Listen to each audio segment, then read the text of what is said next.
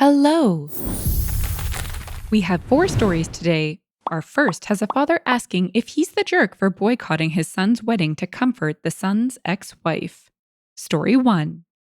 Quick backstory. After graduating high school, my son moved 3 states away for college. At 19, he married a girl he met. I tried convincing him to wait because I personally felt he was too immature.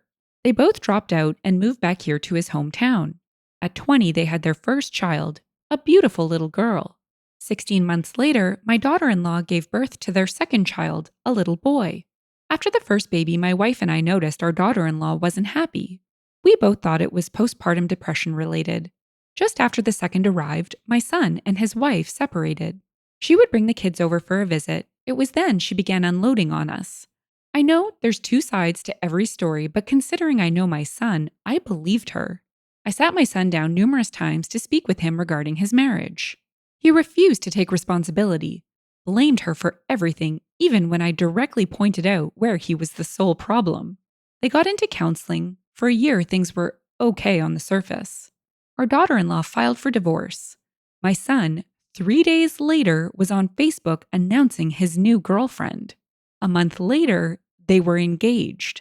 My son had forced his then wife to become a permanent stay-at-home mom at the birth of their first child. She, of course, had no other family or friends here. She knew no one aside from us. She had nowhere to go with 2 small children. Unbeknownst to our son, my wife and I helped her financially and got her an apartment. Before the divorce was even finalized, we received a wedding invitation. I made it clear to my son I would not be attending and they would not have my blessing. His mother told him she would see to it that I would attend. I stayed consistent in my decision. I also asked him not to bring his fiancée around our house out of respect for the mother of his children. The wedding happened on February 11th. The night before, my wife gave me the final push. I did not attend. Our daughter also did not attend for the same reasons. My wife picked up our grandkids, got them dressed, and attended the wedding. My daughter and I decided to spend the evening with his ex. I couldn't imagine her sitting alone while her kids attended their father's wedding. She was taken aback that I didn't end up attending his wedding. We took her out to distract her mind. I just wanted her to know she'll always be considered family to us. My daughter also made a joke that they can drop the in-law status and just be sisters now. She was very tearfully grateful. I realized just how badly she needed our support, and specifically on that night. The next morning, my son called to tell me how much of a horrible father I am for not attending his wedding. A few days later, he caught wind that I spent the wedding evening with his ex. He said that was the ultimate form of betrayal. And further, myself and his sister would have to earn a relationship with him on his terms only. Edit. First, I know without a doubt I did the right thing. I even feel differently now. His mother should not have attended either. But we can't go back and undo that. So, my son saw the post. I had sent my daughter the link yesterday so she could read the comments. This morning, she texts me at work. "Dad, you went viral!" But anyways, he sent screenshots of the post and all my comments to his mom. He also told her, "He's dead to me now." Time will tell if he means that. I'm sure he'll see this update too. For that reason, I'm positively certain the second he needs another cash loan, I won't be dead anymore. His mom told him, "Your children have to be our number 1 priority. They're not just some disposable items you can leave behind when one chapter of your life closes." Maybe, one day, he'll understand this. In the comments, St. Alvis said, "Not the jerk." And in response to, "Our daughter-in-law filed for divorce," my son 3 days later was on Facebook announcing his new girlfriend. A month later, they were engaged. St. Alvis said, "Ew, the best children are the ones you choose." Poster Bomber said, "Not the jerk. This is funny. You have to earn a relationship on his terms? I think he needs to check his offering. He's way overvaluing what he brings to the table." The shady lady added, "Honestly though, why would anyone care to earn a relationship with someone who clearly puts no value on the relationship he already had? He didn't care when OP said from the get-go he wouldn't attend, because he just assumed he would get his way in the end. The only relationship this guy values is the relationship with that guy in the mirror. OP, not the jerk." You not attending the wedding is taking a stand for what you believe in, for the values that you've likely tried to instill in your son. By the sounds of it, he's not sad that you didn't attend or even attempting to see it from anyone else's point of view. He's probably just embarrassed that someone called him out on being a bit hasty to get to the altar. Your son should be looking in the mirror and asking himself why he thinks he has the right to treat the mother of his children the way that he did. Our second story has a brother who thought he was being funny until he realized he made a $7,000 mistake. Story 2. I had a boomer great aunt that was a wonderful and loving woman. She just grew up in Eastern Europe right after World War II. One of the weird things about her was that she would give her old belongings as gifts for weddings and important birthdays. I still have the music box she gave me for my first communion. When we saw family, I would always ask to see their pieces.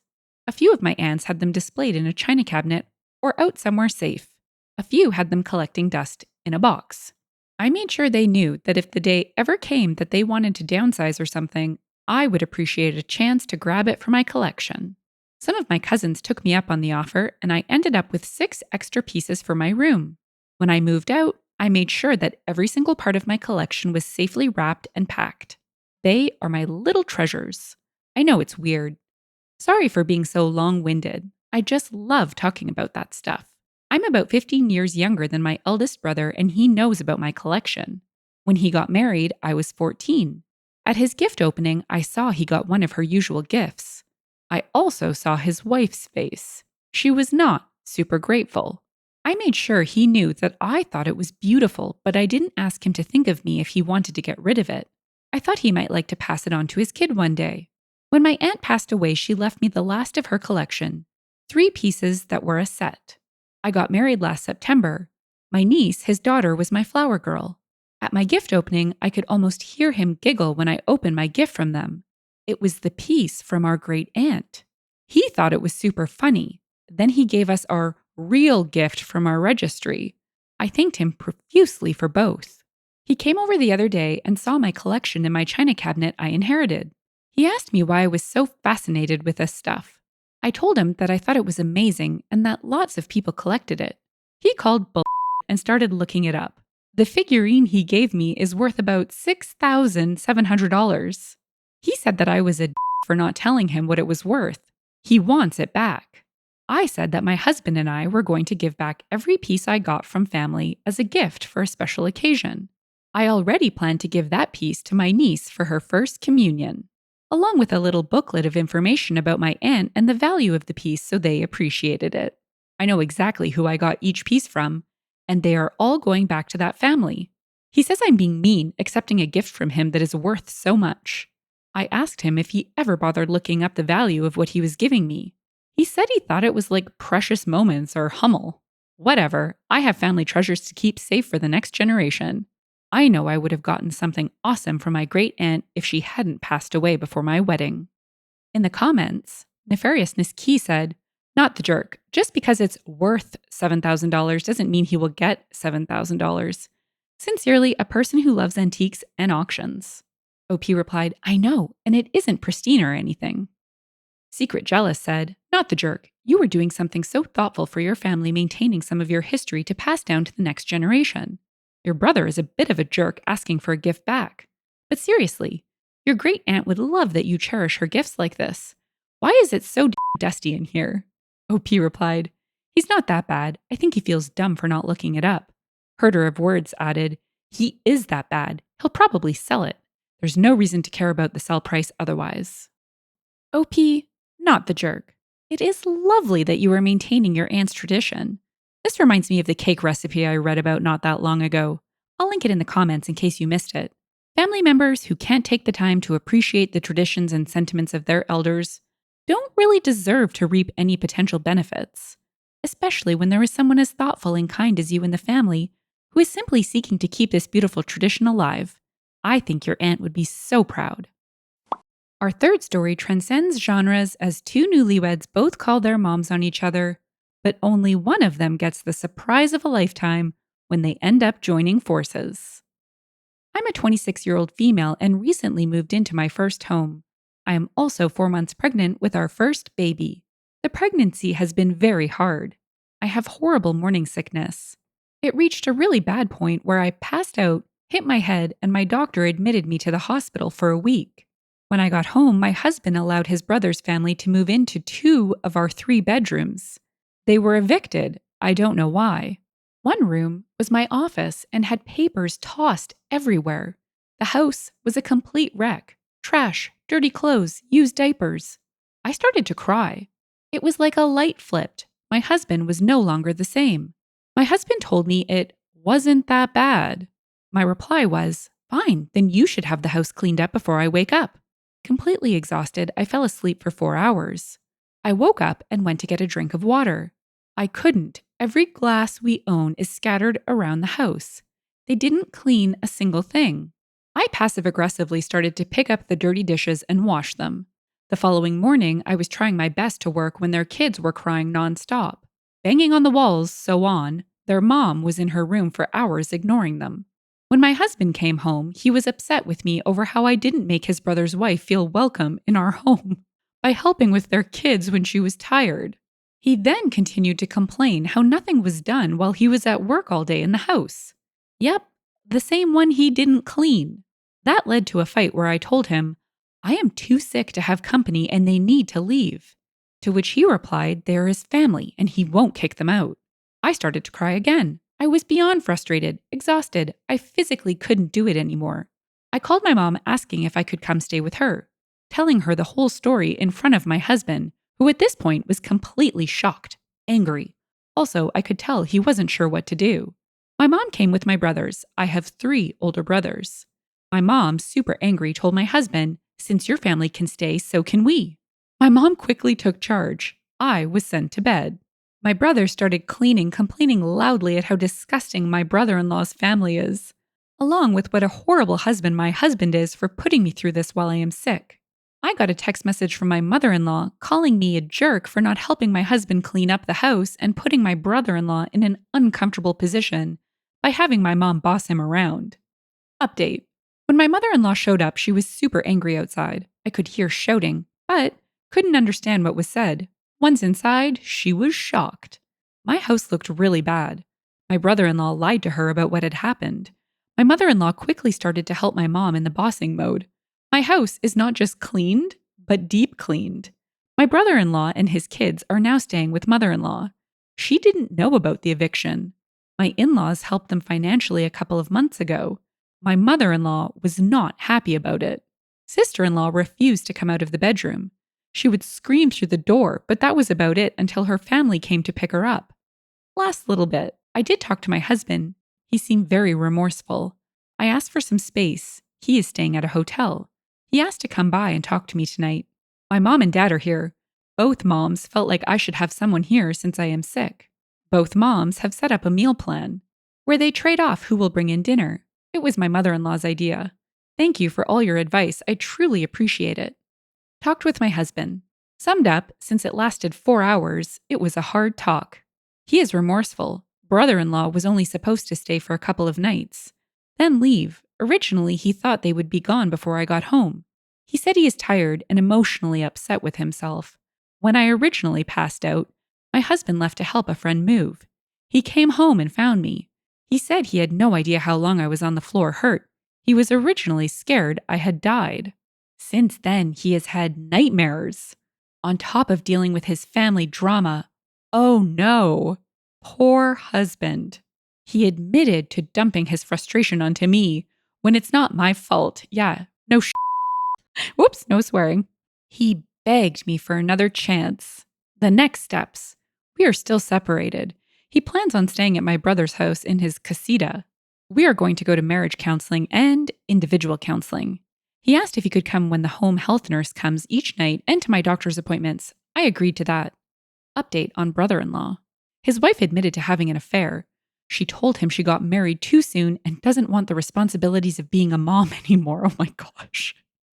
I am not sure what will happen with him and his kids, but I am shocked that she feels this way, especially with her kids. In the comments, Terrified Squid said, "Wait, your mother-in-law called to fuss at you for involving your mother? There's this pot kettle thing." Not the jerk, 1000%. But house guests in a shared home require 2 yeses and only 1 no. Both of you agree or it shouldn't happen. Your husband has treated you abominably. I'm not sure I could deal with that, honestly. Can you go stay with your mom? OP replied, "I agree with the 2 yeses. I wasn't even asked to say no." Shadow Fox said, "Not the jerk. So, while you were in hospital, your husband, without even asking you, moves in his brother's family? Wow. His family? He cleans. I'd be making him attend some therapy sessions because he needs a huge wake up call." OP replied, "Yes, he did. I can hear my husband saying, 'I'm sorry,' over and over again to my mom." OP, not the jerk. Oh my gosh. You should really think about the fact that your husband claims that he thought you were dead and then proceeded to move in his brother and sister in law without even asking you. Something stinks, and it's not the mess your brother in law's family made. Our last story was one of the most controversial of the week and has a lifeguard asking what matters most: safety or dignity. Story 4. I work as a lifeguard at a water park, and part of my job includes managing the top of the water slides. I'm to make sure no one does anything dangerous like going face first, cramming too many people on one inner tube, etc. I'm also instructed to ask anyone who looks like they could be over the weight limit, 250 pounds, to weigh themselves on our scale and deny them entry if they refuse. I'm not super comfortable with this, but it's much better than risking people's safety. Here lies the problem. I lift weights, and for this reason, I am very dense. I weigh 185 pounds, but somehow wear a size 6. Most of my friends also lift and have similar body compositions to me. For this reason, I have trouble estimating how much someone actually weighs. This problem presented itself last weekend when an overweight teenage girl wanted to ride the slide. She most likely wasn't over 250 pounds, but I couldn't be certain. I've gotten better at estimating weights, but my supervisor says if there's any chance they're over 250, to weigh them. So I approached her gently and asked her to please get on the scale. She met me with a snarky teenager attitude and said, "What if I refuse?" She was with a group of teenagers, some of whom were giggling. "Then you won't be allowed on the slide," I said matter-of-factly. She rolled her eyes and got on the scale, and her weight wasn't even close to 250, so I felt kind of bad. She then said, "See?" and went along with her friends. Although she gave me attitude, I could tell she was embarrassed. Her face was red as she went back to her friends, who were all thin. I asked my supervisor how he would have handled the situation, and he said I did the right thing, that it's better to hurt someone's feelings than break someone's bones. However, yesterday I was called into the office of the owner of the water park. She told me she received an angry email from a parent about how I embarrassed their child in front of her friends. I explained to her that I was just following protocol, and she asked me how much the girl actually weighed. I gave her the answer, and she laughed at me and told me I could never get a job as a weight guesser at a carnival, and that I need to do my job better. My supervisor is backing me up and saying I was doing what he has required me to do. I'm thankful for his support, but honestly, this whole situation is making me feel like a jerk. I know teenage girls are a particularly vulnerable population, as I was a teenage girl not too long ago. Maybe I could have possibly handled that situation with more care, but at the same time, safety is my first priority. Does that make me the jerk? In the comments, Bordenium said, "No jerks here, I guess, since it's your job, but this is a horrible policy. Good lord. Asking people to weigh themselves in front of everyone if they appear fat? Do you have any idea what that could do to someone's psyche? Y'all need to change that policy ASAP. I'm sure there's a way you could bypass legal issues by putting up signs about weight risk around the slide. If someone is too heavy and gets hurt, it's their own fault. Public humiliation is not the answer here." Hutch Squire said, "I have to disagree. Last year, a 14-year-old died at a Florida amusement park because he was approximately 100 pounds over the weight limit and had still been allowed to ride. He slipped out, fell 100 plus feet, and died of horrific blunt force trauma. Family sued the amusement park and various others because the ride operator let him on in the first place. I'm quite certain that if that family could go back in time, they would have preferred to see their kid get weighed and rejected than to have to bury him. Don't get me wrong. Being embarrassed for your weight sucks, but if I were in OP's shoes, I'd rather embarrass someone 100 times than be indirectly responsible for their death or permanent disability." OP, definitely not the jerk. There are too many examples that have popped up of politeness outweighing safety. You may feel bad about embarrassing this girl, but that'll fade over time. If something had happened to her, though, well, that would never go away. Safety first, all the way. Better safe than sorry.